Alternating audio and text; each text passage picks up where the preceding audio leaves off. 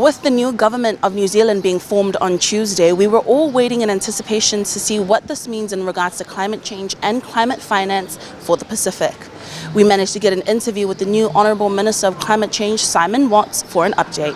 Yeah, well, New Zealand government formed on Tuesday. We were on the ground here just a little bit over 72 hours after that happening. And what that sends and what it should be sending is a clear signal of how important climate change is at a New Zealand context, but how important it is for New Zealand to be here to represent and work with our brothers and sisters in the Pacific, because we are all in this together, and we take our role in terms of supporting our other Pacific neighbours very, very seriously. It is a very strong area of commitment for this new government, and from being here, actions speak louder than words. Look, it's a real big priority for New Zealand to have a presence here, particularly to hear the voices of our Pacific neighbours, and what is very clear very early on is this is the biggest security consideration for the Pacific. Climate change is the biggest issue, and that is what I've been hearing loud and clear in terms of the conversation we've had.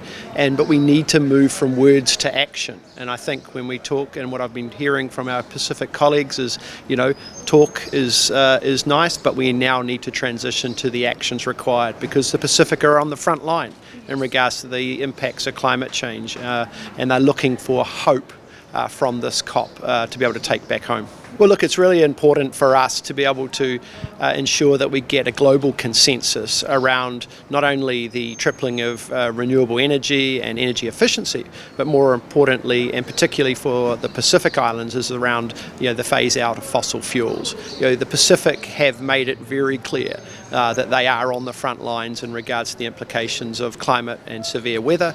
I did a panel yesterday with Minister Bowen, Niue in Palau, and it was clear. And we went through some modelling of the impact of sea level rise in Palau, and it demonstrates very clearly that we need some clear outcomes from this COP, and that's what we'll be pushing for. We are very clear in terms of our commitment around net zero by 2050. We have strong ambition around a high NDC target for 2030, and actually the conversation around adaptation is really one in which we are participating in. The Loss and Damage Fund is very relevant for the Pacific, and adaptation following the cyclones in New Zealand earlier this year is very much front and mind for not only Kiwis, but I know people across the Pacific as well. So we're wanting to see some clear and concise actions from policy outcomes from COP in regards to adaptation, and we're pushing hard for that. Look, I think the conversation around loss and damage is very much front in mind. We know that the Pacific very much needs more resilient infrastructure to be able to be dealing with the implications of the weather events that we see on a much more regular basis.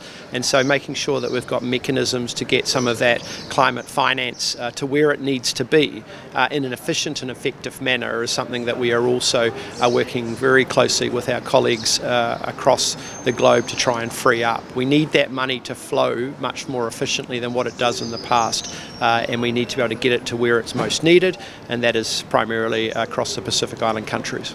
As a Pacific Islander, it is great to hear that there will be no major changes for the Pacific region from New Zealand government. This is Mairiva Cameron reporting for Pacifica TV.